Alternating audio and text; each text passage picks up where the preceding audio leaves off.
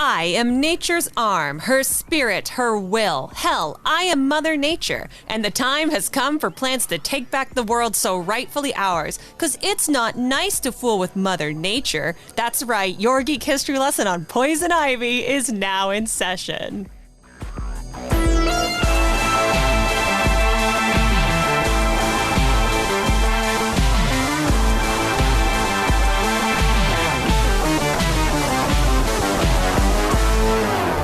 Hello and welcome to Geek History Lesson. I'm Ashley Victoria Robinson. And I'm Jason Monkey Business Inman. Welcome to your Mind University, because this is Geek History Lesson, the podcast where we talk about one character, one construct, or one team in pop culture and tell you everything you need to know about it in a little bit of an hour. Usually it's more than an hour, sometimes it's less than an hour. It's around an hour. It's a loose term. Get off our back. But I'll tell you what, you don't have to get off our back about. That is quoting the 1997 classic masterpiece by the late great director Joel Schumacher, Batman and Robin, that is what Ashley was quoting, because she was quoting Poison Ivy's lines from that movie. We have an episode where we talk about that movie, in fact. We do, and that also fits into today's episode because we're talking about Poison Ivy. True. Ashley, why did we decide, besides Poison Ivy being a luminary, long time, I think 56-year-old Batman villain, I forget the math, why are we talking about Poison Ivy? We are talking about Poison Ivy. One, she's highly requested. When we get into the TAs, you will hear that. Okay. But also because she is a pretty major part of the Harley Quinn animated series, which will come back someday. They haven't announced it yet. No. It's going to come back on HBO Max. By the way, also, everybody, we should announce to you, we do have a very special guest. We're going to be cagey about it in the beginning of the podcast, but if you look at the title of the episode, you can figure it out already. But they might have some inside info on that old HBO Max Harley Quinn series. That's true. Also, because my hot take is that Poison Ivy's the best part of that show. Oh, really? Oh, yeah, she's my favorite part. She's my favorite part of the show. Is that version of Poison Ivy. Well, you should definitely tell our guest that. I will. That's great. She's a really... I think that series is great. I actually think Clayface is my favorite part. But get out. This is not the Clayface episode, Jason. Look, maybe it's because I'm reaching back to my community theater days, but I feel a kinship with old, is it his name? Boris Karlow? Boris Karlow, there we go. But we're not talking about Boris Karlow. We're talking about Poison Ivy. Stick around for our guest. Ashley, who were some of the amazing Geek History Lesson Mind University students that requested this lesson? And everybody, if you want to request a future lesson, you can do that at GHL Podcast on Twitter and Facebook.com/Geek History Lesson. Or if you're on our Patreon, you can send us a message. We'll add you to the list. We have a big, long list. We have over 400 requests.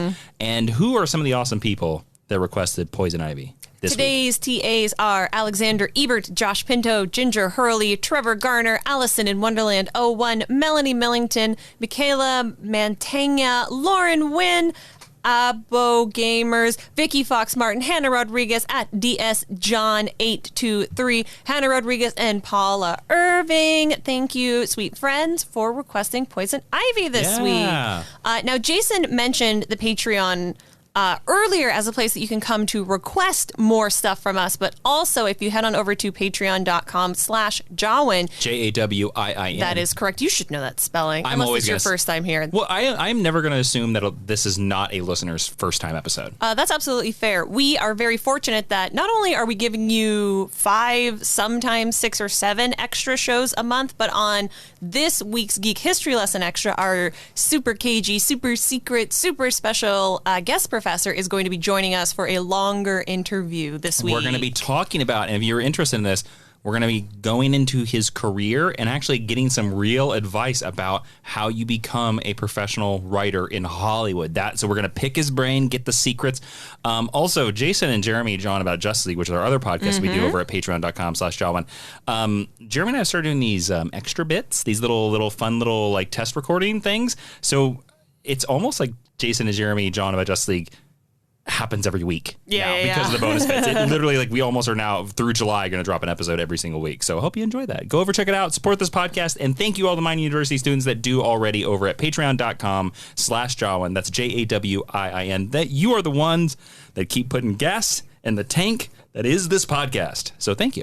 Yes, and now let's move into the 10-cent origin. Jason, what's that? The 10-cent origin, where Ashley's going to give you all the basic Cliff Notes version of everything you need to know about Poison Ivy in case you go to a respectable cocktail party, perhaps a bar mitzvah run by the Penguin, and somebody says, hey, who is this green Ivy lady that's in the corner?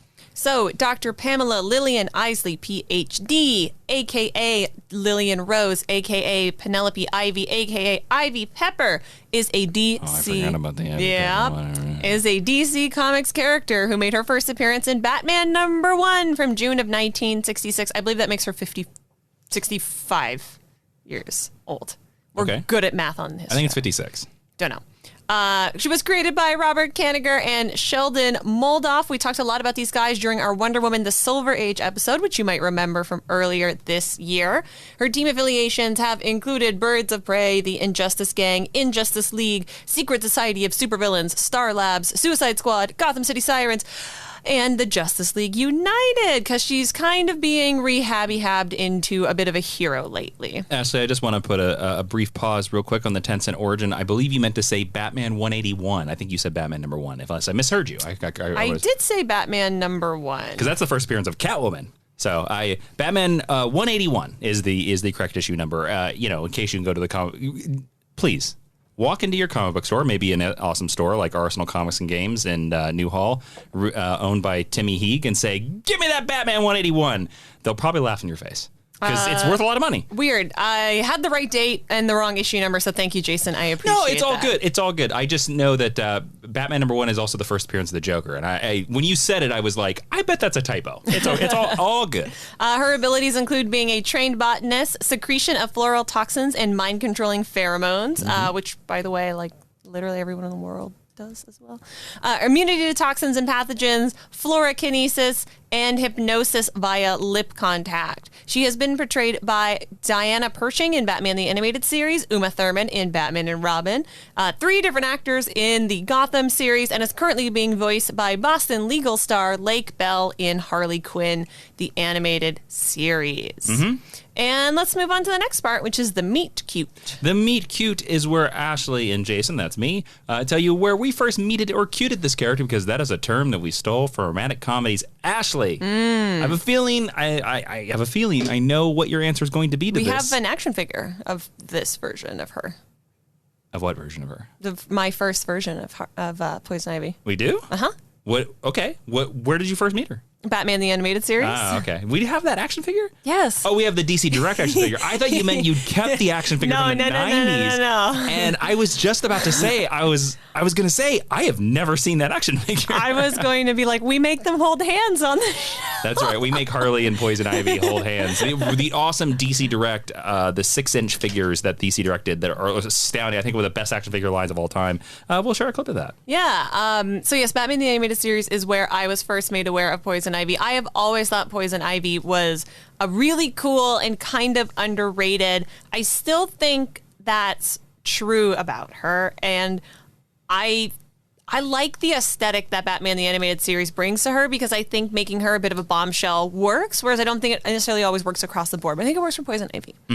Where did you first meet and cute Pamela Isley? So I have a place where I met her, and then I have a place where I cuted her. Sure. So I know for certain that Batman the Animated Series is the place I saw Poison Ivy for the first time.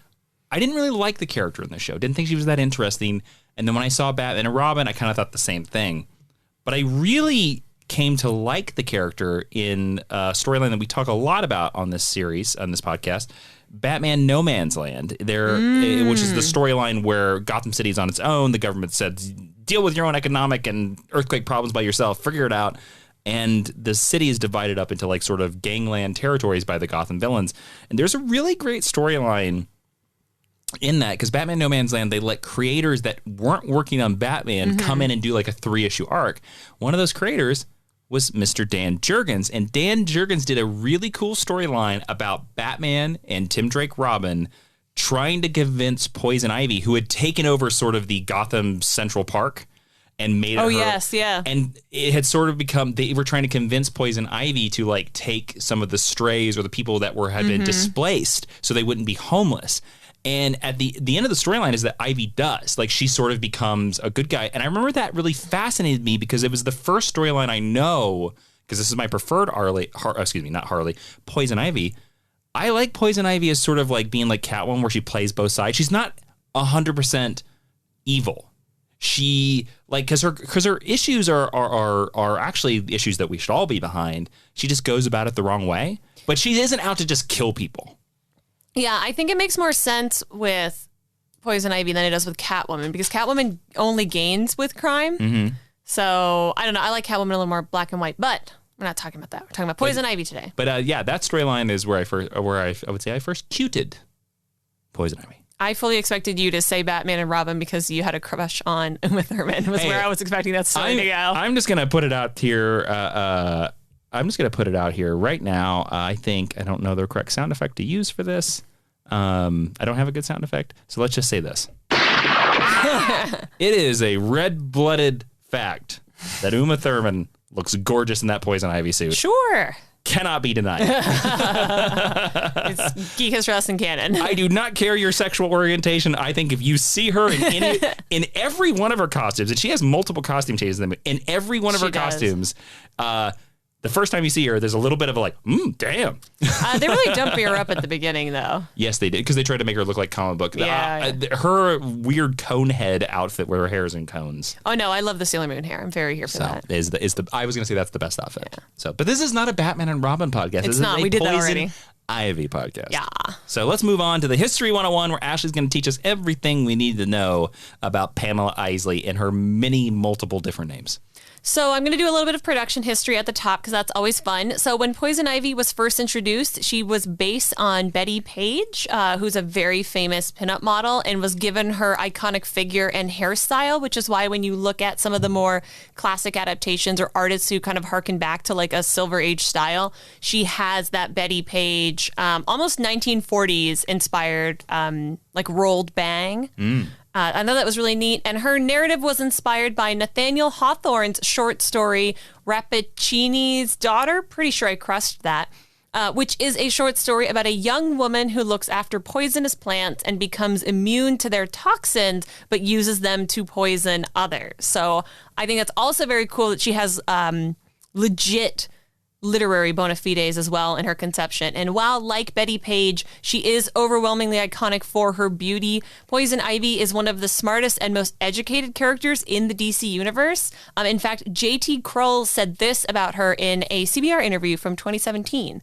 Quote, "The thing I love most about Poison Ivy is her walking that line between bastion of Mother Nature and psycho-eco-terrorist. She sees herself as the hand of Mother Nature. If Mother Nature was God, then Ivy would be her Jesus. She defends the defenseless nature of the world and truly believes in her cause. Maiming, mauling, and mutilating are extreme measures, but it's nothing compared to the irredeemable cruelties humanity's done to the world of nature. Ivy always sees the greater good as she punishes those who deserve it." End quote. Which I think ties a lot into what you were talking about a few minutes ago about her sort of straddling the line between good and evil, which in superhero comics kind of has to be starker than it does in real life at times. You know, it is interesting that some of the later Batman villains, post the Silver Age, tend to have a lot of higher education. Mm-hmm. It's very, like Harley's the same way. She is also a doctor. Yes, yeah. But yeah, I think Poison Ivy, because she has multiple degrees, mm-hmm. and she has done scientific research and mm-hmm. all that stuff like that. Like, it might be a quick between her and maybe Victor Fries mm-hmm. about like who has the most education. It's very interesting. That's true, yeah. Whereas on the Superman side of things, which tend to be a little more golden age-y, people are smart because they like pulled up their bootstraps. Well, because it's science fiction. Yeah. So everybody has a science background. Yeah. Whereas in Batman, it's like gangsters and crazies. And status. Yes. It's status, yeah. Pre-Crisis on Infinite Earths, Poison Ivy is known as Dr. Lillian Rose, and she works as a botanist who moonlights as a thief, which is actually a lot more like the Catwoman archetype of a Batman villainess. And Black Canary, too. Yes. Oh, yeah. Black Canary. Best known for tricking Marc Legrand into helping him steal Egyptian artifacts because she wants the ancient herbs that are hidden in these ancient Egyptian jars. I got to tell you, if you've never had a steak with ancient herbs, You're missing out. LOL. There's no need to be aged, just like whiskey. He tries to poison Dr. Lillian Rose with these herbs, but she survived and learned about her immunity to all things plant toxic. She does basically nothing of note, just kind of moonlights here and there. That's a problem with villains of that age. She's a typical Silver Age villain, Exactly. like fights Batman, goes to jail, comes back. Exactly. Okay. Breaks out, whatever, teams up sometimes. Then Sure. Crisis on Infinite Earths happens. So, Jason, what is Crisis on Infinite Earths? Crisis on Infinite Earths is a multi-event thing that we love to talk about on this series. In fact, we did a Crisis Club thing about it. Go check it out. It's on YouTube. There are episodes in this feed that are about Crisis on Infinite Earths. We dive deep into it. But basically, there's a character called the Anti-Monitor. He is I'm going to say a symbol for the editors of DC who wanted to reset their continuity. So they had the Anti-Monitor eat the entire DC continuity out of existence. And basically, after DC Crisis on Infinite Earths, everybody was new. Everybody was brand new. New Batman, new Superman, and none of the past stuff the last 50 years had happened. So, huge retcon ensues, and Poison Ivy does not escape the fray. Some characters do, but she doesn't, until Secret Origins number 36 from 1988. In my opinion, if you are looking for Poison Ivy's true first appearance, it is Secret Origins number 36 from 1988. Can I pop in here with the Secret Origins little tidbit? Sure. Secret Origins was the series that DC designed to sort of, because once they wiped their slate clean, they were like, oh, there are still some problems here. Like, how do we... No, this is an editorial mandate. Secret Origins was just like, if we tell every character's origin, we can sort of like put a lot of spackle over these holes that we have in our universe. Jason, do you know who wrote this issue of Secret Origins? Oh, what's the number again? 36. Oh, man. I have two guesses. Okay. Do you want a hint or do you want to guess? Can I have a hint, please? He's English. Alan Moore. No. I don't know. He writes about angels and demons who fall in love and become husbands. Garth Ennis? Neil Gaiman. Oh. I was going for Good Omens. Oh, okay, got it. I thought Sandman would be too obvious. I immediately went to Preacher. Okay, you know, it's funny. That's actually not a bad guess at all. I was trying to stay in the DC universe. Yeah. My original gut told me Alan Moore because Alan Moore was the one that rewrote the Swamp Thing origin that includes Jason Woodrue, who I know is involved. It will come up in this origin. He's like 5 bullet points down in my notes. Yeah, sorry. So Secret Origins number 36, 1988, written by Neil Gaiman. So technically, she premiered in this story that he wrote called Pavan, Pavane, which is a European dance. Okay. Cool. And it ties her powers to the green, which writers kind of tend to use or ignore going forward as they see fit. Jason, can you briefly explain what the green is? Invented by Alan Moore in his Saga of the Swamp Thing run. It is basically the idea that all plant life on Earth is sort of all connected, and it's called the green. Like you can all they can all feel each other, and Swamp Thing uses it to like zip over to other parts of the world. It's actually kind of how plant systems work. Yeah, in a lot of ways. It's just the idea that all plants are connected. Her name is changed to Dr. Pamela Lillian Isley, PhD. She becomes a Seattle native who is working as a botanist. Much better name, by the way. Great name. She grows up with parents who are rich and emotionally distant. So honestly, I'm shocked she didn't take a hero turn rather than a villain turn. This feels much more like a Batman vibe to me. She's a millennial. In 1988. Yeah. Well, some people would argue that millennials were born in 1988. No one's decided yet. Well, she would have been an adult in 1988. I know. In fact, later on, Batman will return to Seattle to learn more about Poison Ivy, and he discovers that her parents are deceased, although he cannot ascertain the cause of their death. I read this issue. What'd you think about it? It's awesome. Yeah? And I love that it's called Pavan because it reads much more like a poem or a song. Like when you read early Vertigo stuff, it's not always a clean panel. Like there will be a double page spread and it looks much more painterly, kind of like those early Hellblazer covers where she's painted in the middle, like where the split is on the page, where the fold is, and she's surrounded by these vines that are tying together different scenes from her past. And it's more like song lyrics kind of over the page than dialogue being spoken. It's really beautiful. It is really cool. And you can see this was one of Neil Gaiman's first works at DC. You can kind of see that this is him being like, how far can I push the envelope with editorial mandates. Yeah, because Sandman's a couple, 2-3 years down the road. Yes. Yeah. Dr. Isley studied advanced botanical biochemistry with a classmate named Alec Holland, who is Swamp Thing. Or not Swamp Thing, depending. He's not Swamp Thing yet. Yeah. But yes. Under the tutelage of Dr. Jason Woodrue, the Floronic Man, who is a weird DC villain who shows up sometimes. Yeah, and also... I don't care for him. A fun fact, Ashley. Do you know that Jason Woodrue is in a DC movie that you have seen? Yeah, he's in Batman and Robin. Yeah, played by John Glover. He's real Me Too-y in that movie. Oh yes, he has a lot of problematic lines, but I love anything that John Glover does. I also love. Who went on to be in Smallville, correct? He's Lionel Luthor in Smallville, and he is Dr. Savannah's father in Shazam. So John Glover, yeah. Good for him. John Glover always plays these weird parental figures in a lot of DC movies. He's secretly the psycho pirate of all DC media. I think so. I think he's secretly the connection. John Glover. If John Glover shows up in a DC movie, something's gonna happen. That's so funny.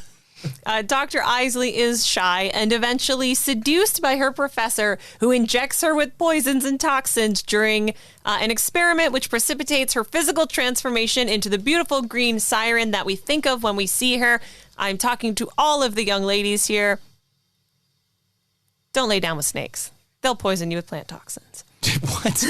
Okay. She nearly dies twice during this time, so not so smart. But eventually she does stop coming back, which is good. The trauma nearly drives her insane, and she is left to convalesce for several months alone because Dr. Woodrue flees from the authorities, who are hot on his heels, and doesn't have the wherewithal to bring his girlfriend with him. The loss of Dr. Woodrue leads Dr. Isley to violent mood swings because all men basically think that women fall apart the minute a man fails to show up and show affection for us in any way, and a new boyfriend suffers an inexplicable fungal overgrowth, panics, and dies in a car accident. So I don't know if I need to hear about that on a podcast, a fungal overgrowth. Well, you sure do see it in that there comic. All right. Let's share some pictures. Yeah. Put it on social. Let's not. He basically, parts of his skin kind of look like they're turning into tree bark, and he freaks out and then crashes his car. So he's becoming an ent. Yeah, you know, it's a very reasonable thing to fly off the handle about, which Dr. Isley does, drops out of school, flees Seattle, and returns home to Gotham City. All right. So, Jason. Yeah. Are you familiar with this verse, so the post-crisis, with her first outing as Poison Ivy? No. That's okay. I'm going to tell you about it. Okay. Poison Ivy threatens to release suffocating spores into the air over Gotham City. Isn't that always the case? Suffocating spores. Batman shows up, captures her, and hucks her into Arkham Asylum. Literally throws her. Get in there. I think so. Right. I think he throws her into the cell. So based on her first thwarting, Poison Ivy immediately becomes fixated / kind of in love with Batman, kind of like most of his female villains. She's puzzled because she wasn't able to control him the way she was used to controlling men in particular, by kissing them with her poison lips, due to his mental prowess. Knowing this and having done the research to show, I now understand why she's kissing Batman all the time. Because there was a while where I was like, why is she always kissing Batman? Bruce Wayne's not that hot. It's later retconned that Dr. Isley adopted the Poison Ivy villain persona because she needs enough money to be alone with her plants and secluded from the rest of the world. So they sort of went back and retconned it, where she's like, I just don't want to hang out with people, so I'm going to steal all this money and be a villain, and then I can retire into obscurity. I don't hate that, because again, it goes back to her not really being like, oh, I'm going to rob the bank, Batman. It's her having a purpose and a plan. Mm-hmm. And I kind of like that. And sort of taking maybe not the best path in order to ensure it.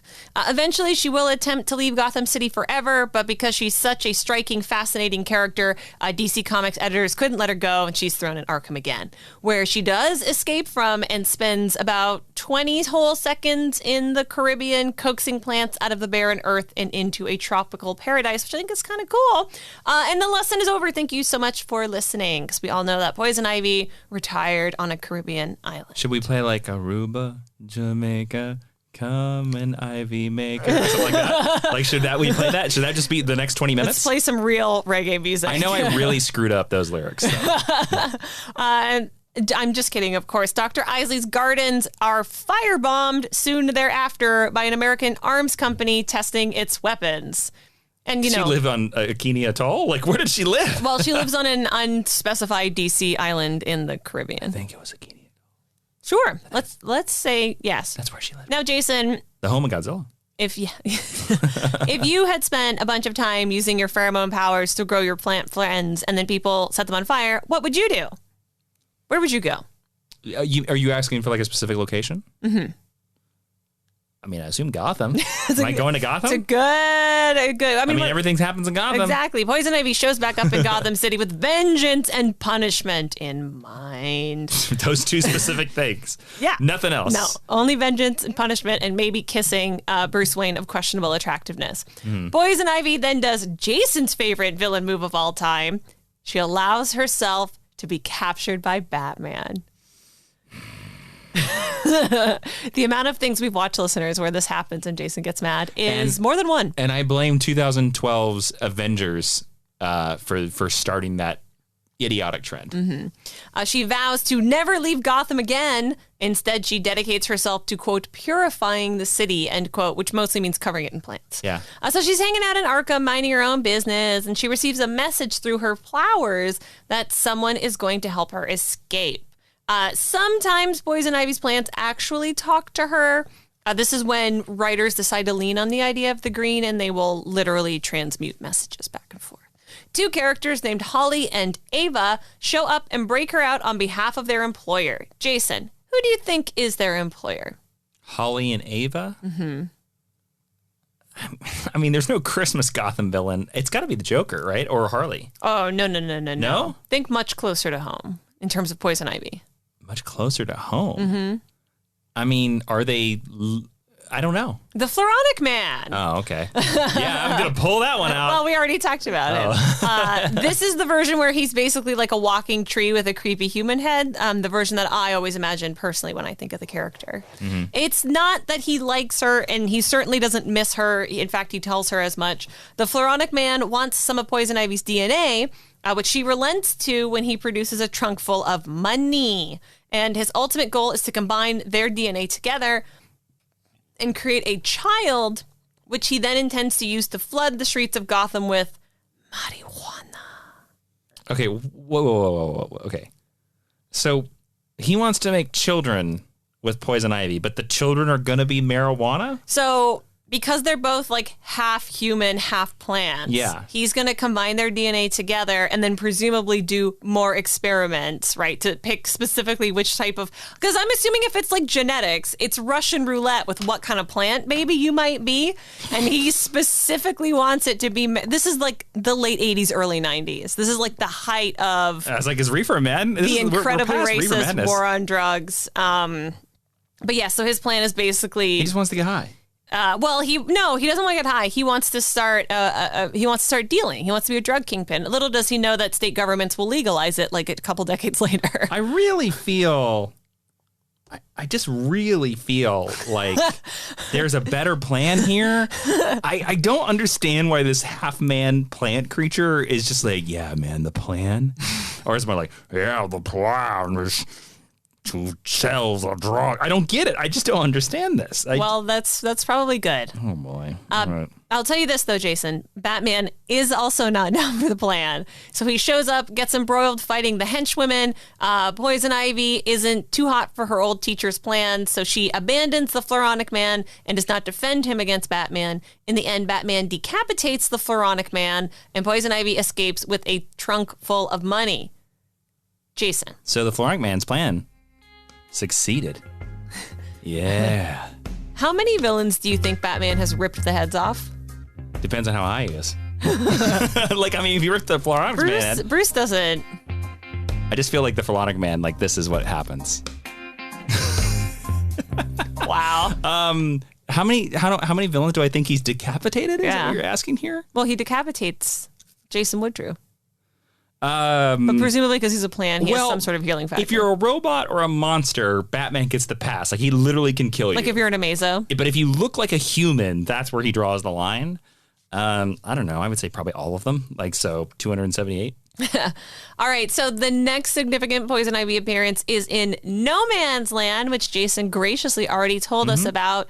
Written and drawn by Dan Jurgens. Yes. In my opinion, this very starkly marks her evolution from villain to anti-hero, even though I maintain that the opposite of a hero is a villain. But DC loves to be like, they live in these gray areas now, which is something that's going to be carried on through the comics up until right this very moment, and will eventually get ported over onto Poison Ivy's girlfriend, Harley Quinn. Mm-hmm. During No Man's Land, Poison Ivy's territory is Robinson Park, baby. I know that has nothing to do with me, but it brings me joy nonetheless. I believe it's towards Jerry Robinson. I was like, it's either going to be him or James. Yeah. So, which she develops into another oasis, just like she did in the Caribbean before it got firebombed, as we have seen precedent for in the past. And she offers shelter to children whose parents are orphaned during the massive earthquake, which led to No Man's Land in the first place, the events of Cataclysm. Poison Ivy doesn't just let them live there. She cares for the children, and they become her main focus until winter rolls around and Basil Carlo, that's Clayface, that's his name, drops in on her for a chat. He wants Poison Ivy to grow fruits and vegetables, which the kids can then harvest and sell the food to the highest bidder because there's not a great chain of supply. Are you sure it's just fruits and vegetables? No. Could be something else. Could be. It's a terrible idea.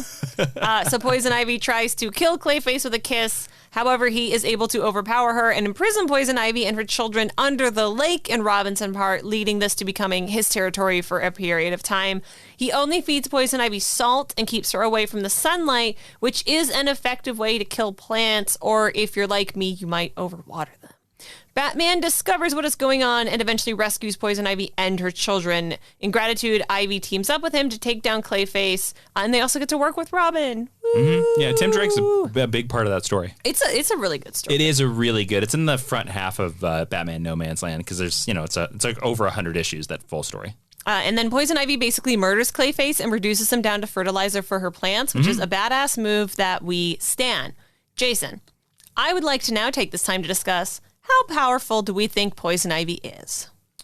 Well, we have to create like a power scale then. We have to figure out, what are we comparing it to? Because like there's no scale here with, just being, you can control plants. There's nothing we can do there, So like, I guess, how do you want to compare against other heroes? How do you want to do this? Well, I just think that's an interesting question because she's not a particularly great fighter. Like, she's fine. She's as skilled as any other villain. She's not particularly strong.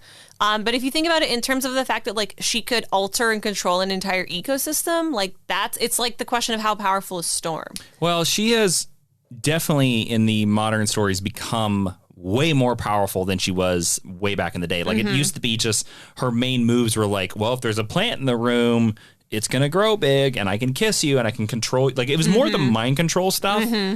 And which sort of like played on the same story elements as like vampirism, where it's like, if I can hypnotize you, I can make, and I can. Oh yeah, it's a glamour, yeah, for sure. Exactly, I can get like a whole army of men to do my bidding, and then Batman would have to cure the men. But it's interesting, even in the Harley Quinn animated series on HBO Max, they're like letting her grow plants out of the concrete and like ride them around the city as horses, which is super powerful. Because you would think in a city, she wouldn't be that powerful because there's concrete everywhere.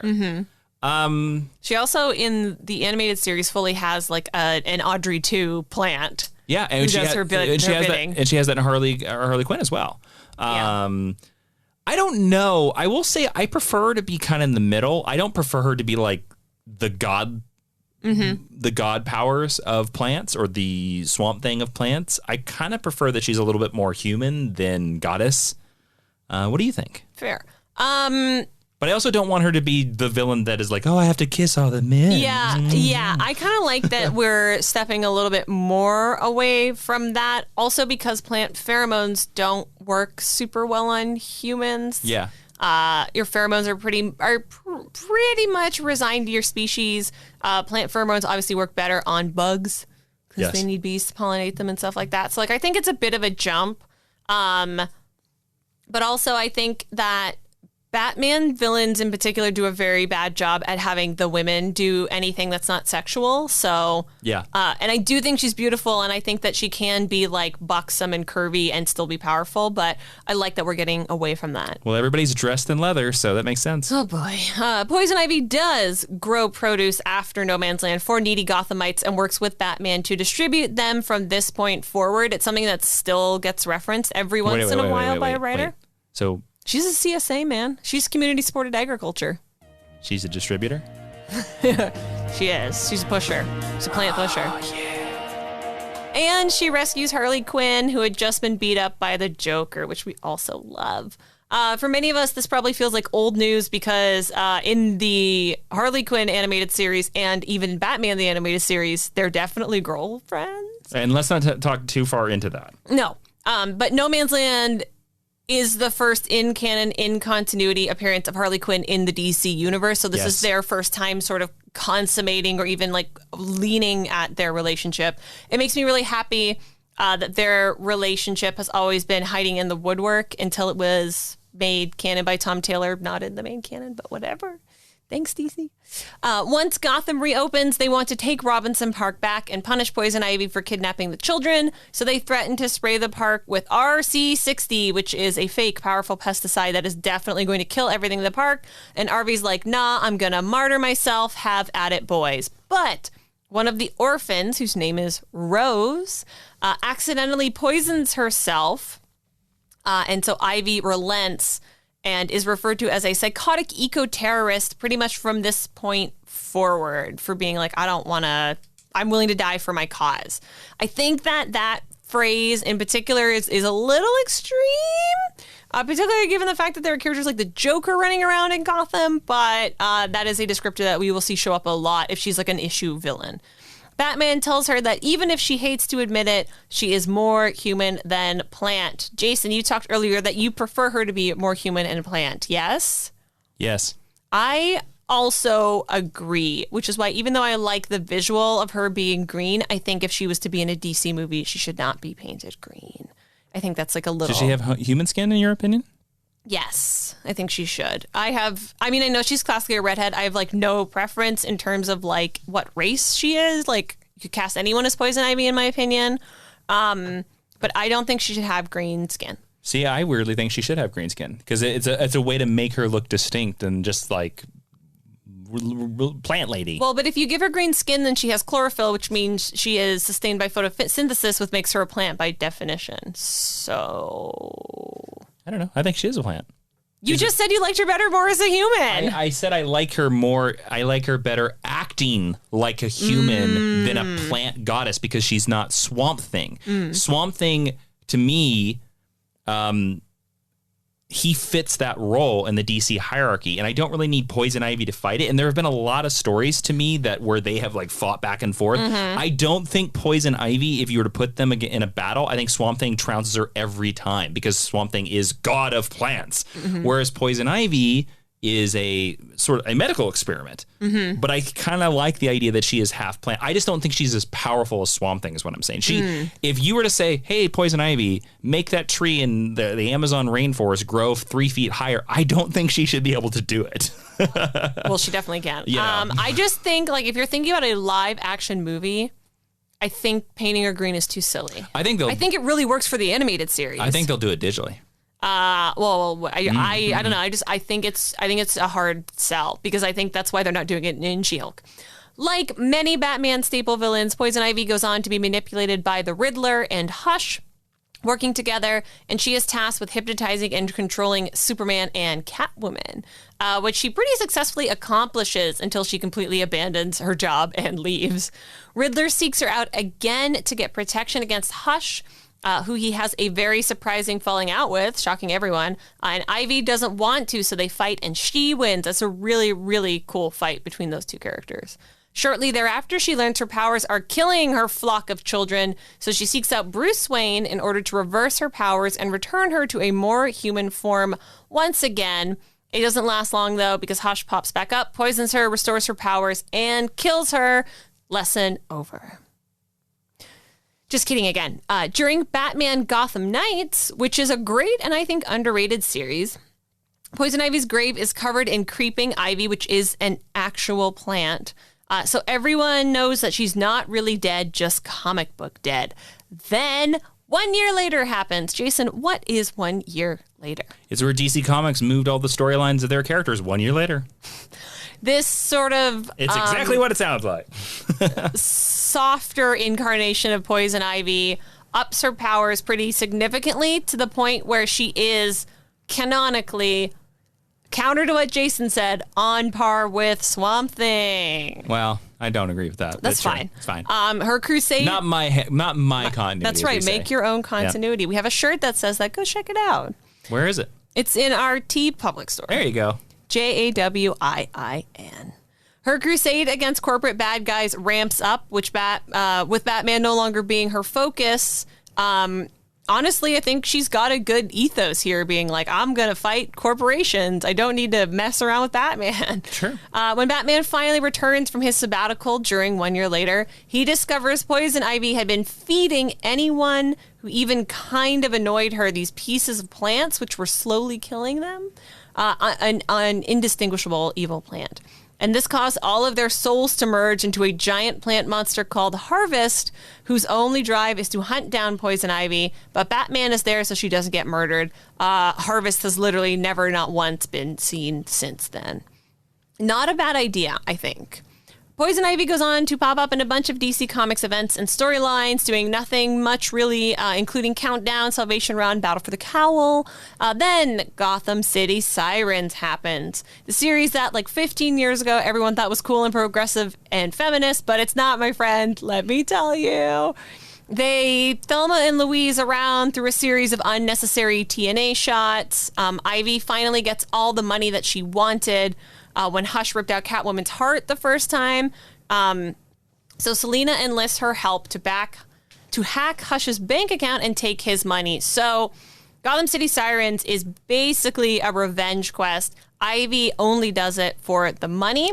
And at the end, she says that she will leave Gotham forever. But rather than doing that, because of an editorial oversight, Poison Ivy donates all her money to an environmental organization based in Madagascar and Costa Rica focused on reforestation, and then just kind of keeps hanging around the DC universe after that because we really can't have her move out of Gotham City, or else what is the point?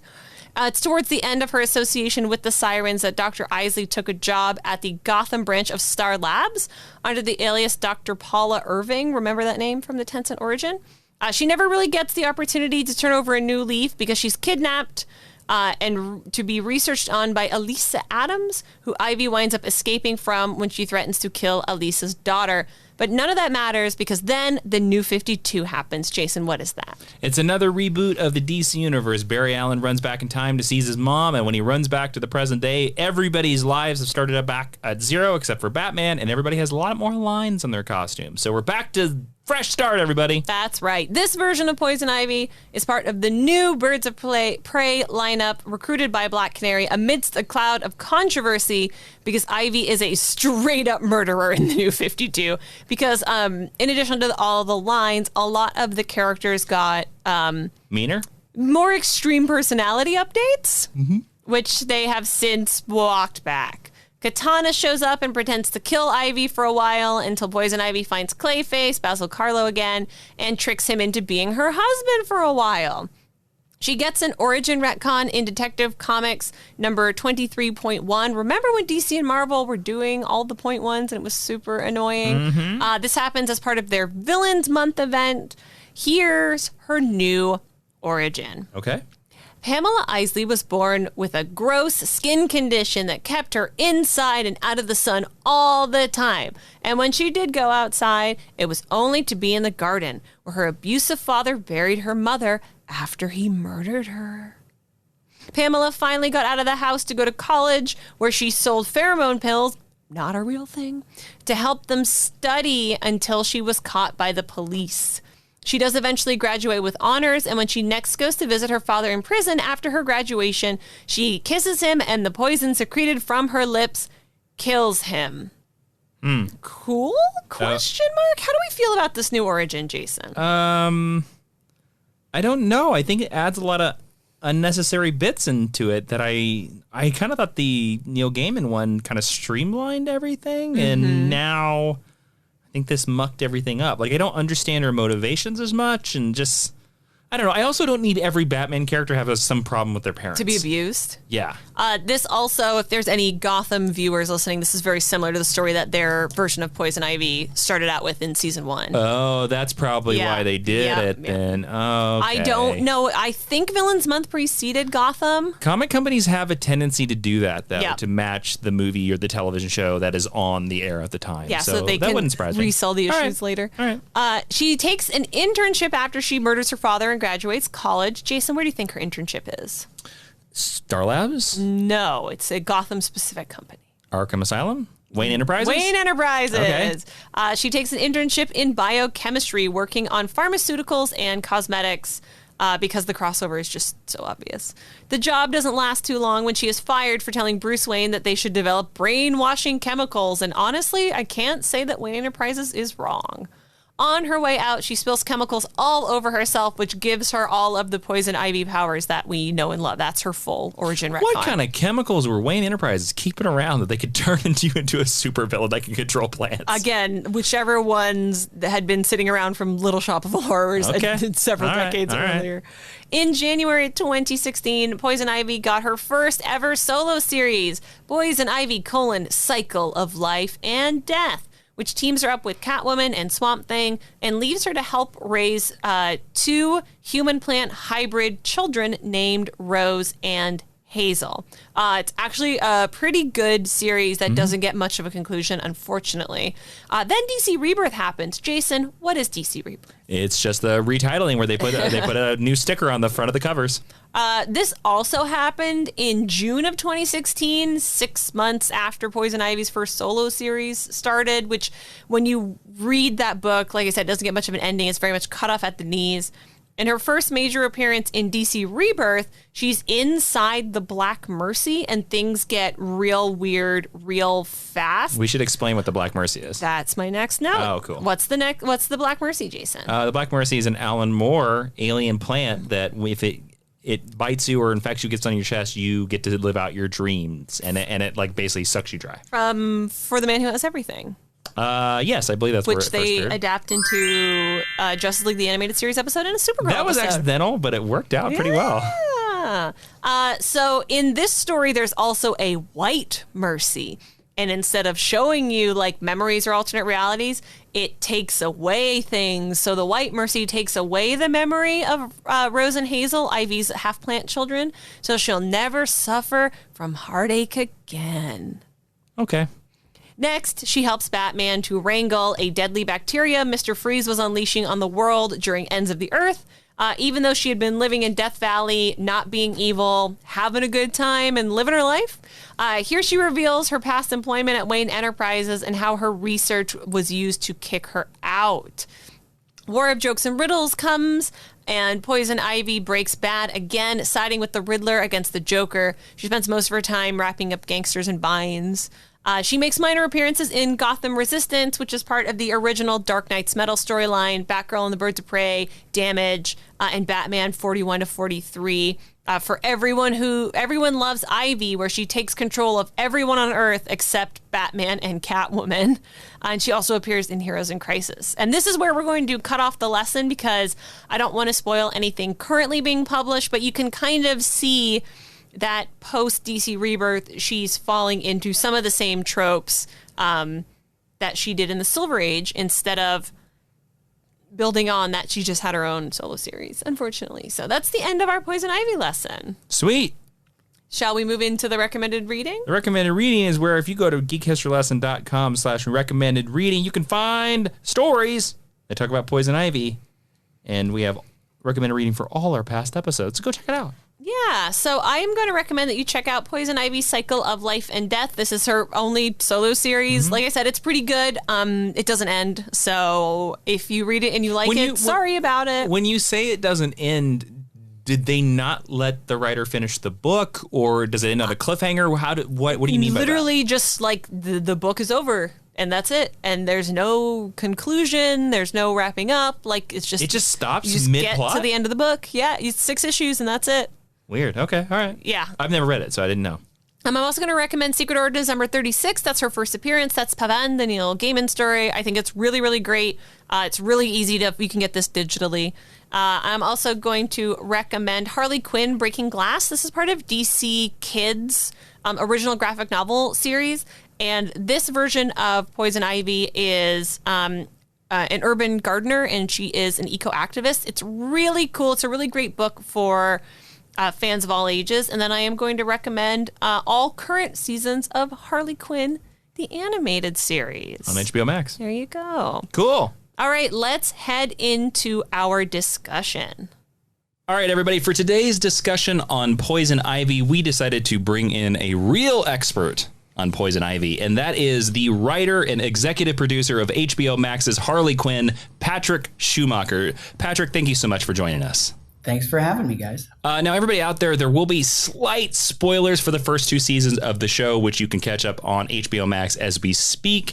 And you should totally watch them. We really enjoy the show. And you are currently in production on season 3 right now, right, Patrick?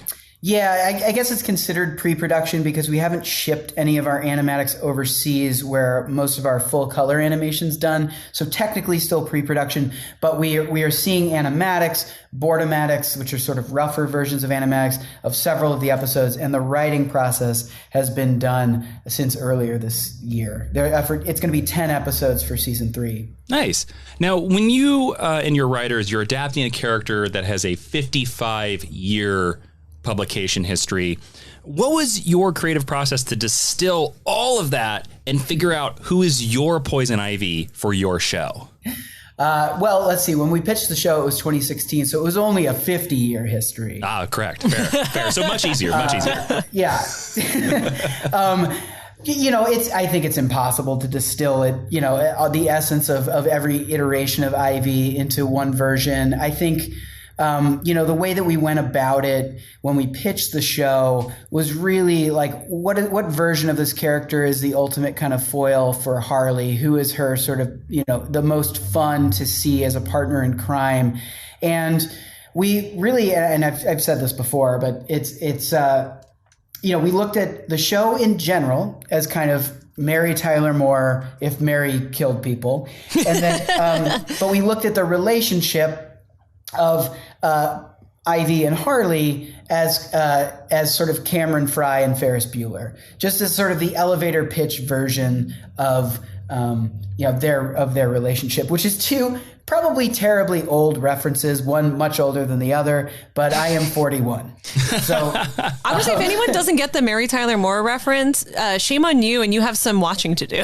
Yes, for shame. We at one point, actually, just sorry to go off on a little tangent, we were trying to license the Joan Jett cover of Love Is All Around, which is the Mary Tyler Moore theme song, because it was just so... They ended up using it in the promos, I want to say, like at Comic-Con, but we wanted it for the theme song for the show, and then it ultimately ended up being too expensive. Oh, my God. I would love to see that the opening theme, but with the Mary Tyler Moore theme song. Oh, my God. Yeah, at one point, when it was just internal in the edits, we had... the whole sort of end battle in the pilot episode when Harley was taking on the Joker goons and demolishing the Joker's lair at the sort of the pier or the carnival on the docks. Like that was all set to that Joan Jett song. It was really, it felt so right. But at the end of the day, the songs are expensive and we wanted to put that money elsewhere. Into the show. So I think we ultimately made the right decision, but it was a very cool sort of fantasy version of the show. But back to Ivy, we sort of likened her to Cameron Fry as a sort of, wet blanket to Harley's sort of, carefree, fun and fancy free, anything goes kind of attitude. She was always the voice of reason. She was the voice of caution. With Harley, the character of Daria, the animated character who originated in the Beavis and Butthead series was also kind of a touchstone. And Lake Bell was definitely someone that we kind of had in mind before we were able to cast her, just as kind of a general voice, general vibe. But she was always kind of intended to be the sort of uber serious kind of loner, kind of misanthrope who didn't want to be part of the quote unquote, family. And we did end up writing that into the show where Harley kind of always considered Ivy part of the crew. And she, made text of like, no, I am not a part of the crew. I'm not even like a member at large. And of course the news in Gotham and the DC universe would always, loop her into the crew, much to her chagrin, when she like the episode where she stops Aquaman from taking down the crew in the middle of the ocean when she uses the kelp to take him down. But anyways, yeah, it was always it trickled down from like who is the most interesting version of this character opposite Harley. And so, then afterwards we started to kind of delve more into the comics canon.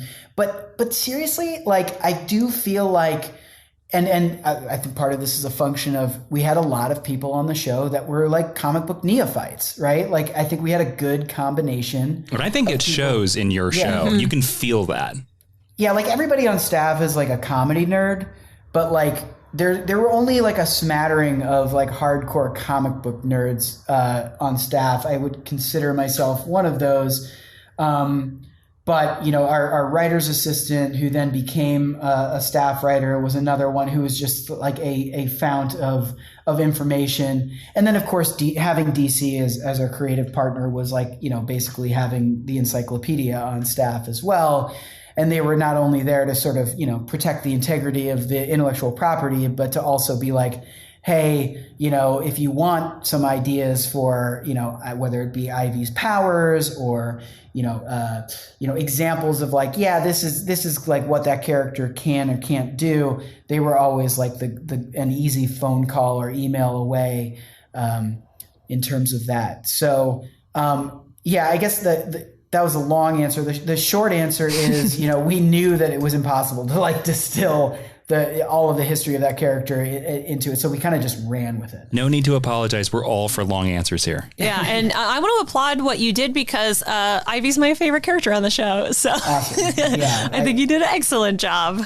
Awesome. A lot of our listeners might not know this, and I'm sure you've discussed this like a million times, but what is the Harley Quinn TV series writing process like? Is it as crazy as you would think, given the characters? How long does it take you to finish a script? Tell me everything. Okay. It varied by season, but I would say, we always knew going in that this was going to be a serialized show. When the show was bought by then DC Universe, which was the original network that aired it. Yeah, R.I.P. At least in its old iteration, right? I think they're still involved. It's still around. It's the comics. Yeah.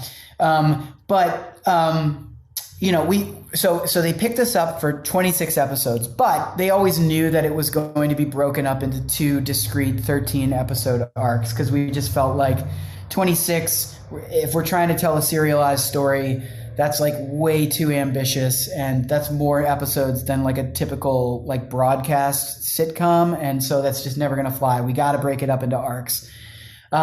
So we went into season 1 knowing that we had 13 episodes to fill. We knew, just without getting too much into the weeds, that season was going to be about Harley's, emancipation, essentially, her breaking off from the Joker and striking out on her own to become the sort of criminal queenpin of Gotham City, and to sort of one-up her ex-lover, ex-literal partner in crime.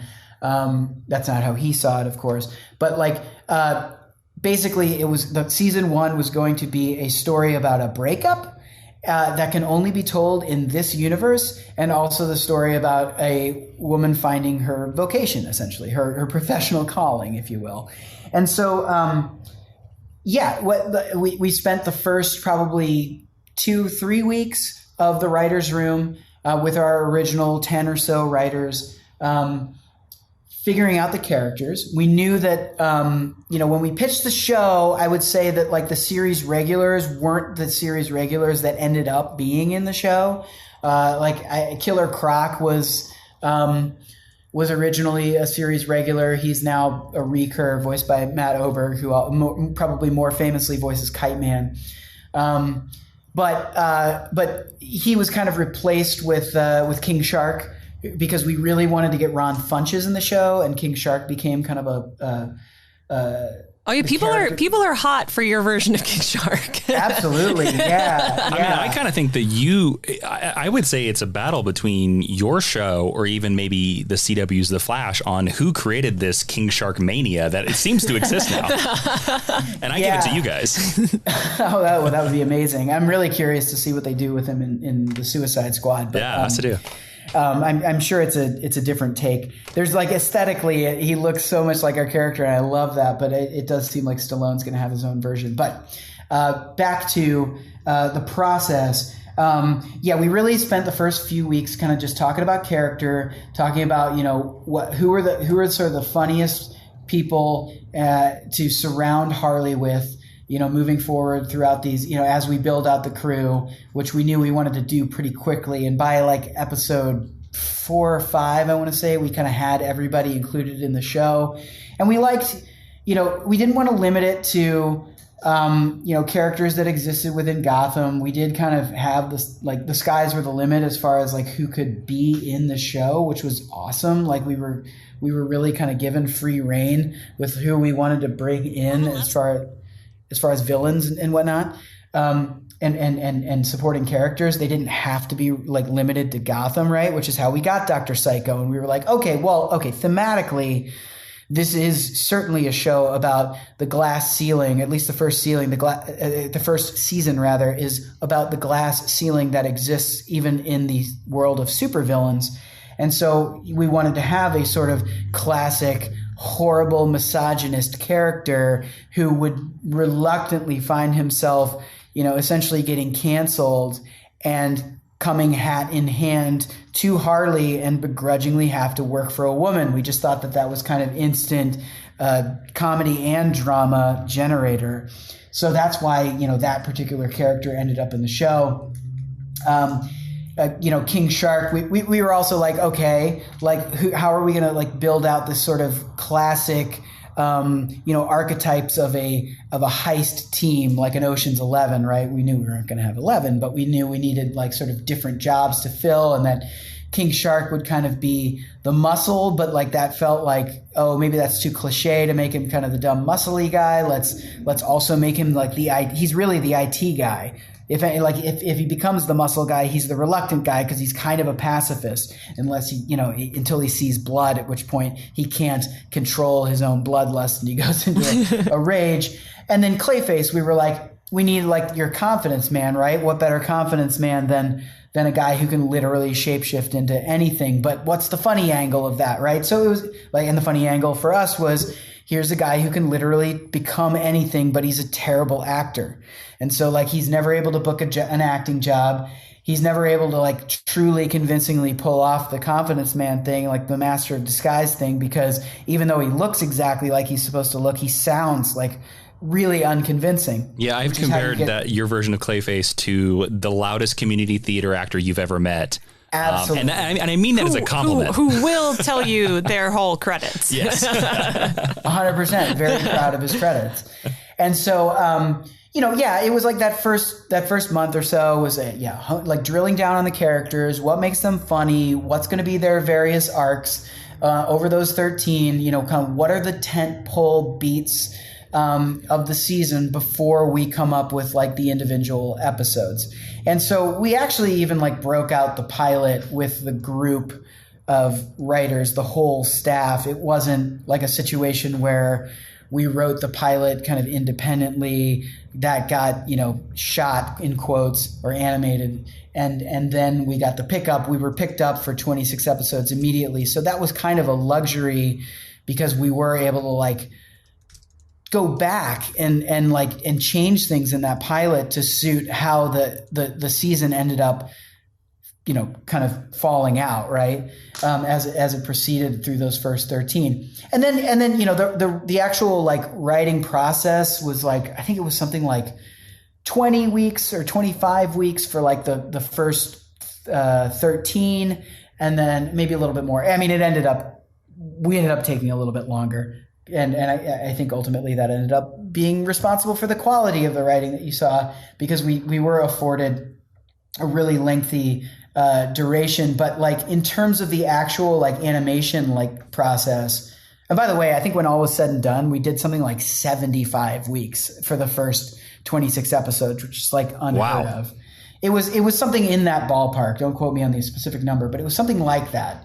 And we wrote all 26 in a vacuum because none of them aired like as we were writing. Right? Well, yeah. That's going to lead into one of my further questions. But I was going to be like, when did the cast come into this? Because I wanted to ask, because part of the thing that we love about Poison Ivy in your show is just the very dry performance by Lake Bell. And so are you saying that like Lake Bell's performance, like all the scripts for the first 2 seasons were done before she was even cast? Oh, no, that's not true. Okay. She was cast. Sorry, I wanted to say that all the scripts were done before the show aired. Okay. By a lot, by like a year. Which is something a lot of shows don't get to have. Absolutely. Yeah. I mean, we were totally like biting our fingernails. Like, are we doing this right? Like by DC's estimates. Yeah. But we were like by the, there's no fan reaction to gauge, right? Like obviously season 3, we've already gotten the response for the first 26. And you couldn't adjust if suddenly the fans were like, we don't like King Shark. And you're like, oh God, he's in the next 15 episodes. Absolutely. Like there was one point where we did focus group test 2 episodes in the animatic phase, but that was like probably like a year into the actual writing. But we were like, let's test the pilot, and I think it was like the pilot, the second episode, and then like episode 6, which was Gordon befriending Clayface's arm or hand or arm. It's his arm. It's mostly hand, but it's a piece of arm. It's close. It's called the arm. Anyways, we focus group tested those like a year into the process, where it was just like, black and white, like essentially, pencils and inks, right?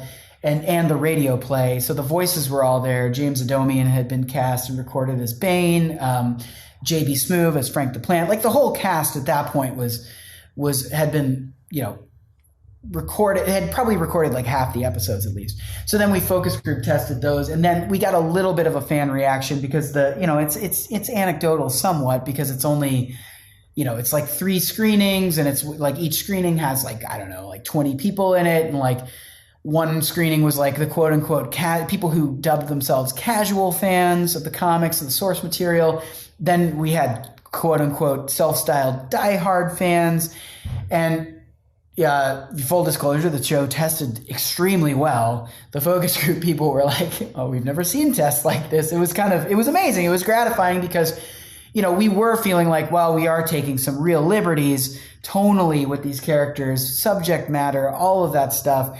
I, as a diehard fan, was like, is Bane too much of a buffoon? Are we going to have to? Yeah, right. Okay. Well, that does seem to be your answer. Seems to be the general consensus, right? But like at a certain point, I was like, oh man, are we being too mean to Bane? Like, are we like? Do we need to like buy this back? Like, and he's actually a criminal mastermind, like masquerading as a dummy. It's so funny that there's the plot of your penultimate episode. It's so funny that you keep bringing up Bane, because I think to me, the moment that I realized, I think I love this show, was the episode you talked about with Commissioner Gordon, just because that is this sort of sad, very obsessed with Batman character, expertly voiced by Christopher Maloney, is a version of Gordon I've never seen before. And I think I laugh out loud that's the episode, one of the episodes that got shown to the test group, because I could imagine the test group being like, not our Gordon. Yes. Yeah. And that would remain only in your imagination because they loved it. It was, and honestly, like it's your reaction, that type of reaction that really prompted us to test that episode, because Commissioner Gordon, in defining his character, was a real conversation. Like, of all of the characters in our portrayals, he was the sort of inflection point of like, okay, we got to test this. We got to see what the fans think, because DC definitely did have concerns with how we were portraying him, because he is a hero. He is, kind of, I would say, incorruptible in the source material, and we made him extremely flawed and comically so. And we do poke a lot of fun at his problems, his marital issues, his drinking, that those have become like liabilities. And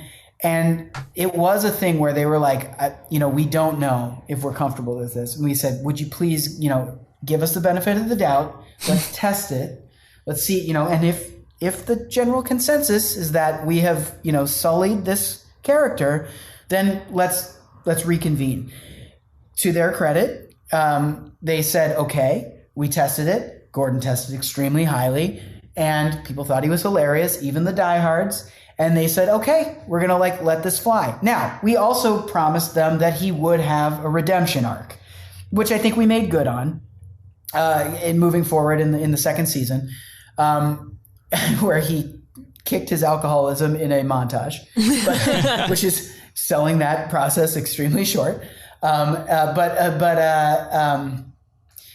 They did agree to let us portray him that way on the condition that, he did have that redemption.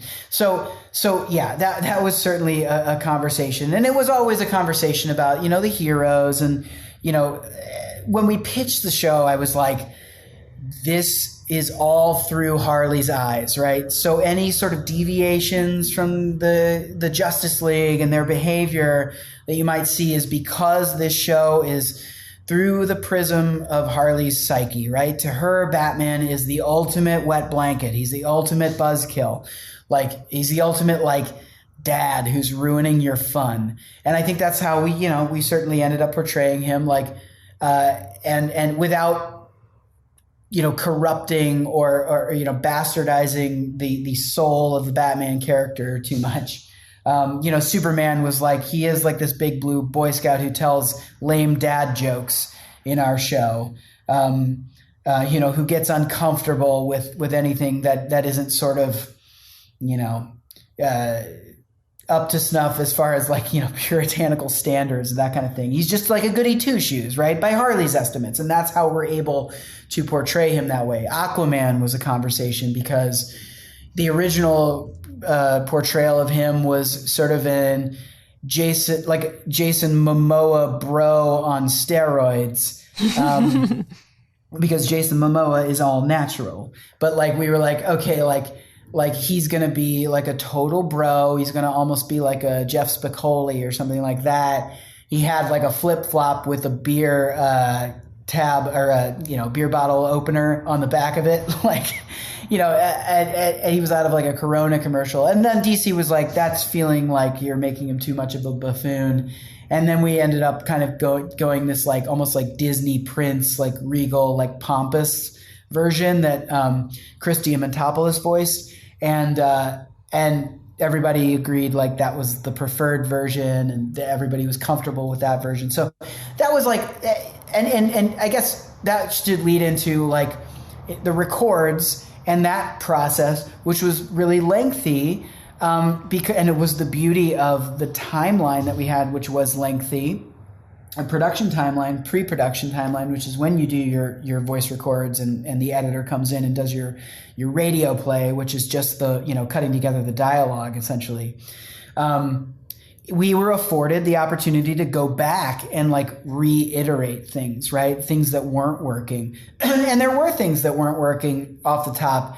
One of those things was, I think it took some time to find Harley's literal voice. And, Kaylee, to her credit, I think she recorded something 9 episodes, and we were feeling it still needed some tweaks.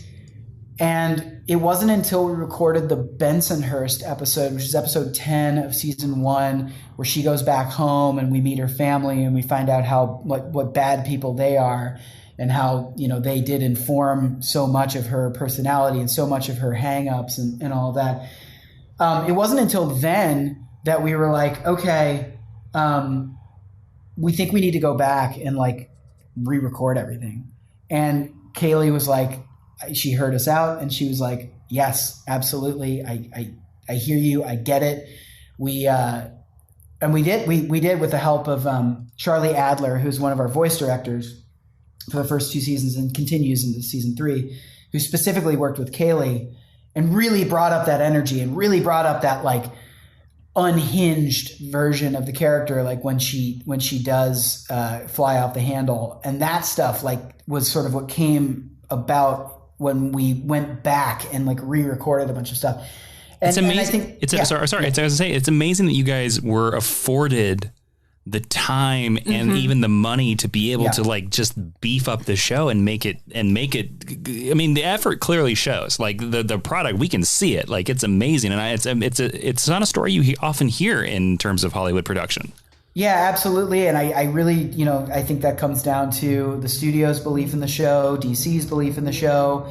And it continues with HBO Max's belief in the show. I mean, they've been incredible partners going into season 3 because they're just like, we love the show. Keep doing what you're doing, please. And like, they've just been insanely amazing partners. But back to sort of like the process and all of that. Yeah. Like we ended up doing a lot of re-records. We ended up recording a lot of like scratch track where I'm doing like a terrible version of Darkseid, and we're like, we send that to like. And when will we get to hear this? Never. I have made sure that my version of Darkseid has signed an NDA. Please tell me that you sent that to Michael Ironside, and we're like, just in case you forgot, this is how. And he's like, listen, son. It was so funny because I'm like, I don't have the deepest voice, and I'm doing Darkseid, and then they're like pitching it down, and we send it to the studio for like notes and like the animatic phase, and the first note we get back is just to iterate or just to clarify, like that's not what Darkseid's gonna sound like, right? And I'm like, oh man, I tried, but no, we're getting a professional actor too. There was a fun fact on Batman Brave and the Bold. I believe Weird Al Yankovic is the voice of Darkseid, so it's not unheard of. Hear me out. Amazing. Teen Titans Go Darkseid. Oh, little lighter, little sillier, but I'm obsessed with the idea that you brought up, Patrick, that this is all through Harley's eyes. So I want to ask about the journey of the show and something that's really near and dear to my heart, because you seem to confirm this awesome relationship that's crossing boundaries of love and friendship and romance between Ivy and Harley, which I think you earn, and I also think is canon. It's something that's been like very lightly played with in the comics. It was canonized in Injustice and DC's, but it hasn't been canonized on Earth One yet. So how did your team and you as one of the heads of the team decide to pursue that? And it seems like maybe we're going to have bigger focus on it in season 3. No spoilers, but please. Oh, yeah. No, well, first off, to that last point, I've been pretty vocal already about how much season 3 will focus on their relationship, and that there's no jeopardy of their relationship ending anytime soon. I can't wait to read the comicbook.com article that will come out from this, where they're like, showrunner confirms Harley and Poison Ivy will never end. that may exist already. I don't know, but for sure, that's we want them to exist for a very long time as a healthy couple. That's important to us, to portray them now that they are a couple, to do so as a healthy couple, and that they are rock solid. But in terms of how we came about it, we didn't even discuss it for season 1, because we did know that season 1 wanted to be, and by the way, the only arc that we pitched was the first 13 episodes, when in the broadest of terms, that was always about Harley trying to make it in the big city, hence the Mary Tyler Moore analog and all of that it was more about her career. And we expressly didn't want her to have a love interest, period. Not a woman without a love interest. What? Exactly. Where? Yeah. No red tool. No nothing. In season 1, that it was strictly about her getting out of that relationship and focusing on all of the other great aspects of her as a character. And so it wasn't a conversation. It wasn't until we started to break out season 2 that we decided, okay, yeah, that like the finale of season 2 is going to be Harley and Ivy, spoilers if you haven't seen it, Harley and Ivy becoming a couple. And that season 2, that we sort of retroactively then, or reverse engineered is the word I'm looking for, like the sparks of their romance. They really weren't part of the conversation in season 1. Like any kind of inklings of that was like because Kite Man and Ivy obviously became a thing in season 1 for better or worse as fans are concerned. But there were parts of it where like Harley, I suppose they could be interpreted as Harley being like romantically jealous of that she, or just angry that her very close friend Ivy did not tell her out of embarrassment, maybe because of who it was and how how Kite Man's perceived by the general population of the DC universe.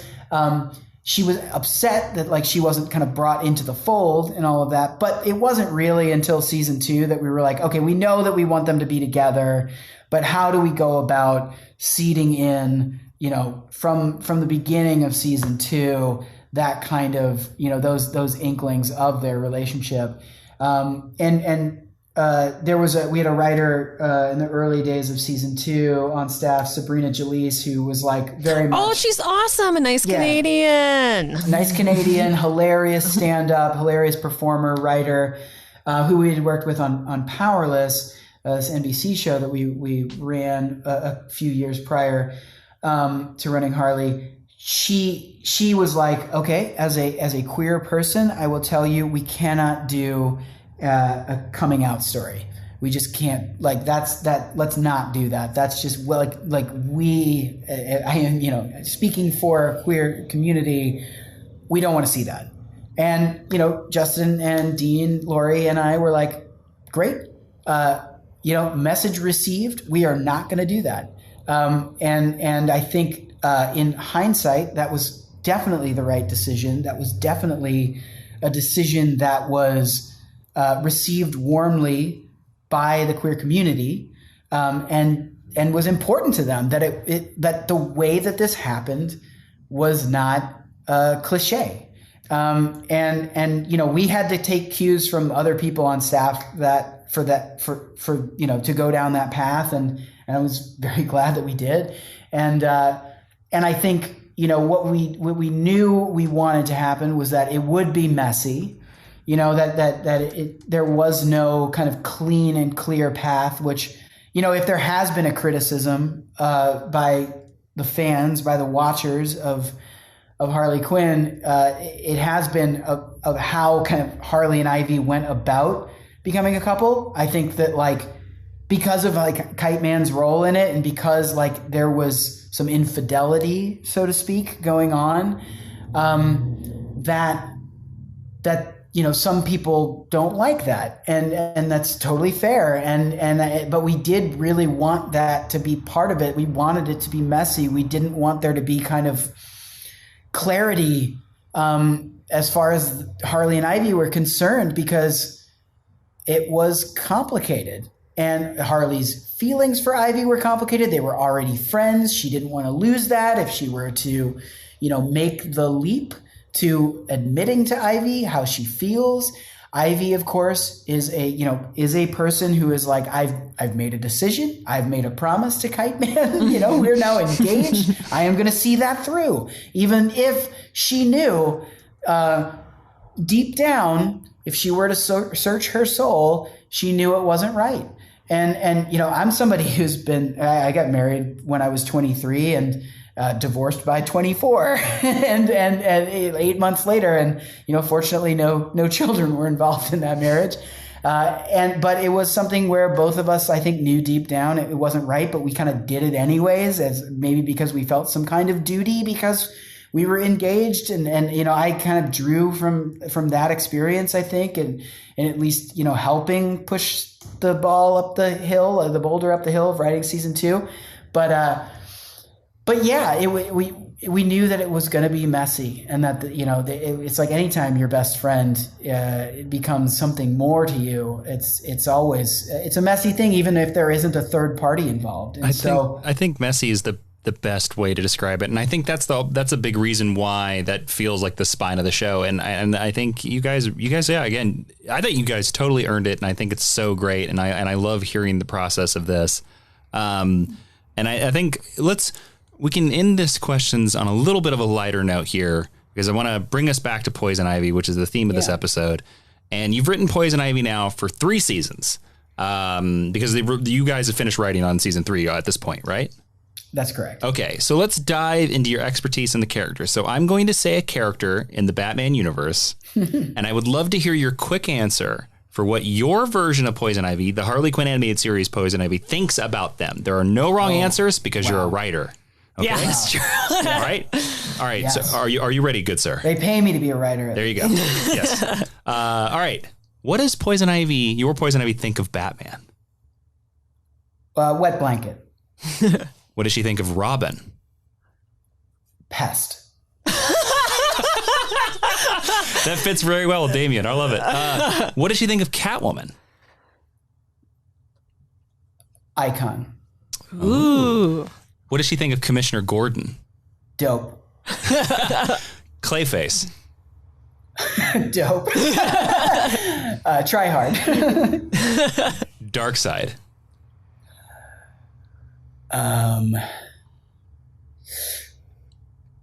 Ooh, man.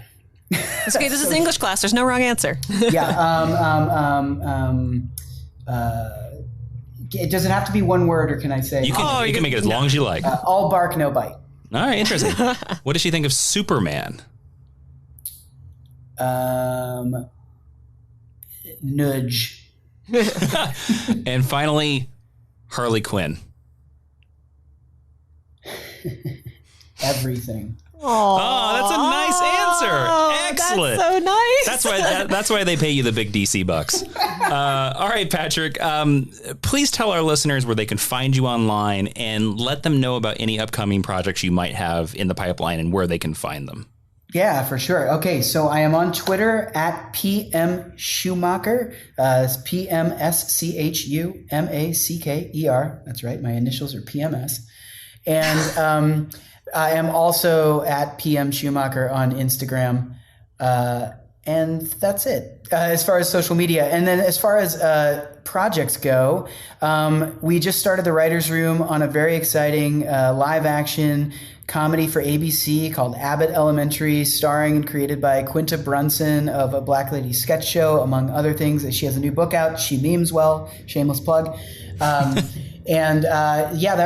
show will be on ABC in mid-season, which could be like January. So mid-season of next year. It's called Abbott Elementary, sort of a mockumentary about elementary school teachers at an underfunded public school in Philadelphia. Nice. So all our listeners, be on the lookout for that. And then also, of course, be on the lookout for Harley Quinn season 3, whenever that eventually drops on HBO Max. We know it's coming. We know they're going to get to season 10, guys. We know it's going to happen. So, Patrick, thank you so much for letting us dive into your brain of the Harley Quinn Poison Ivy world. Thank you, guys. It's been a blast. What an excellent discussion we just had. I learned something. I hope you all learned something. Yeah. I hope you all learned something. All right, Ashley, what's next? Your favorite part of the podcast, the teaching tweet. Yeah, the teaching tweet is where Ashley's going to condense everything you've heard today into whatever number of characters that fits on Twitter. You can go find the tweet at GHL Podcast on Twitter. Go follow us over there. If you're not following us on there, then what's the point? What's the point, really? You're not living life. Go over to GHL Podcast on Twitter. Poison Ivy. The sharpest thorn of the rose, wife of Harley Quinn, and goddess of the green. You promoted her to wife. Yeah, why not? All right, sure, fine. I don't have a problem with it. Someday, I'll mark my words, they're going to get married. Oh, yeah. Someday. And it's going to be, if they do it right, it could be like Green Arrow, Black Canary, the wedding album. Look, I'm just going to put out some things based on some things that Patrick said in our discussion. I think that might become sooner than later. I hope so. Winkety, winkety, no spoilers, Warner Brothers. We did not spoil your HBO Max. We didn't spoil your television show. It's just fine. We are making predictions. We're having a good time. We're going to watch the show. Leave us alone. Yeah. All right. cool. What's next?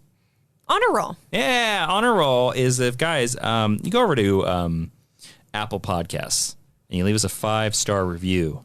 Whatever you write, we'll read it on the air because it helps us in the search algorithm of Apple Podcasts. So Ashley, who is joining the honor roll this week? So today, because we had a long discussion, we are welcoming one super friend into the honor roll, and that is, I'm sorry for mispronouncing your last name, but you're very sweet and you're very supportive. Nathan Luth or Lueth. Appreciate you. Who says, this show is a must. Geek History Lesson is a crash course in pop culture, comics, and all things nerdy. Jason and Ashley have great on-air chemistry and are legitimately my favorite dynamic duo. Oh, thank you. My favorite episodes are the ones where one of them is super into the topic of the week and you can tell the other is lovingly rolling their eyes. Oh, our anime episodes. Listen to any episode and you will be hooked. And since they promised to read what I say on the show, I'm going to throw a plug for my Steam fantasy graphic novel Impure Blood Volume 2, now live on Kickstarter till November 11th. I'm sorry, Nathan. This review's from last year. You can skip this part if it's in poor taste. It's not. We said we'd read whatever you wrote. Seriously, I hope it funded. I hope it funded. Two. Yeah, go. Good for you. Nathan, welcome. You're amazing. Go check out Impure Blood Volume 2, wherever fine comics are found. I'm sure there's a store or a pre-order for it. I hope so. Yeah, so what's going on in the Teacher's Lounge today, Jason? Professor Moldov brought in a succulent, and everybody's getting thorns. What does he teach? Molecular biology, of course. Succulents don't have thorns. I don't care. This one does. So everybody, thank you so much for leaving us that amazing review. Don't forget to do that. Be like, what was our gentleman's name? Nathan. Be like Nathan. And sorry again, Nathan. I hope that funded. I really do. I really, really hope that funded. So, sorry. Yeah. You know, if you want to advertise on Geek History Lesson, we'll talk about your Kickstarter and make sure that we talk about it during the time. But I'm certain he's 7 issues deep because he's a pro. I know he is. I can tell. Oh, yeah. I can tell by the way he wrote that review. And go over, subscribe, download, listen to this podcast everywhere you can find podcasts. Apple, Spotify. We are out there in the world. Stitcher, too. And Ashley, where can they follow us on social media?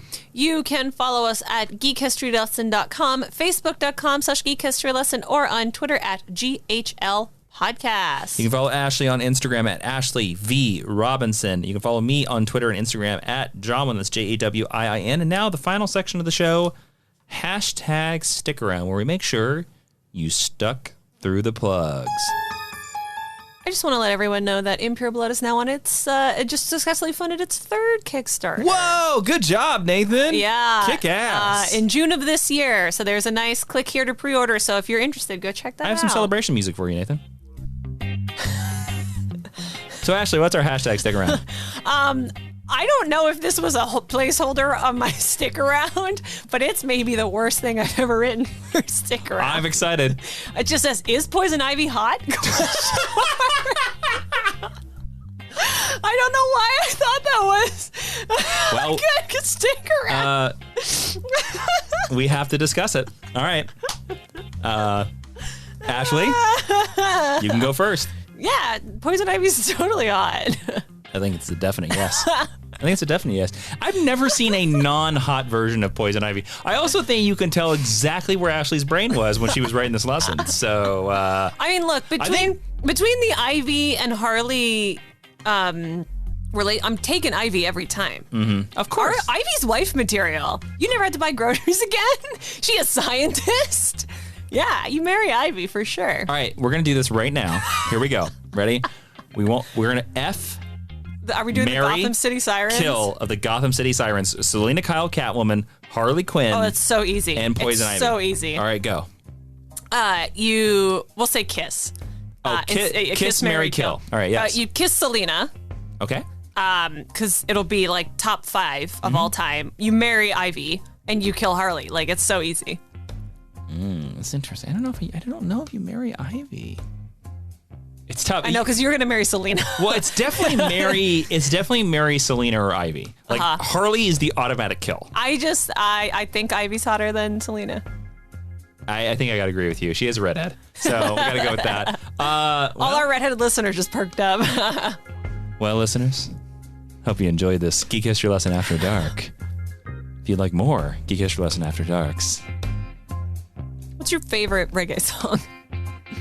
I mean, what the standards of Bob Marley? I'm very white when it comes to that. I recommend everyone go and listen to Love Like This by Monet Exchange. I think that's a really good one. It's a new one. It's been out for like a month. Hey, I will just say marijuana came up a lot in this episode. It came up exactly once. I don't think so. A lot of selling plants, and we all know what that means. Don't we, NSA, who's listening to this podcast? I did not expect this ending. I'll tell you that. And I'm. What the hell were you thinking about when you were writing this? I guess about how hot Poison Ivy is.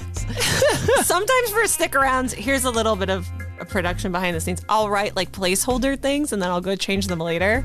Just because, like, I know it's a bad idea, but I just don't want to not. And you fill obviously in. forgot. So. You obviously forgot. It's very funny. Wow. We had a guest on this episode, and that's where we ended it. Thanks, Patrick. You're the best. Oh, man. He was good. We're going to learn real quick if you listen all the way to the end. He was a good egg. He's a good egg. He was a good egg. All right, listeners. That's it. Yeah. I don't know where to end this. Thanks for listening to Geek History Lesson. I have been Jason Smooth Vibes Inman. I am Ashley Victoria Robinson. And Professor Ashley, will you please close out the podcast? Class is now dismissed.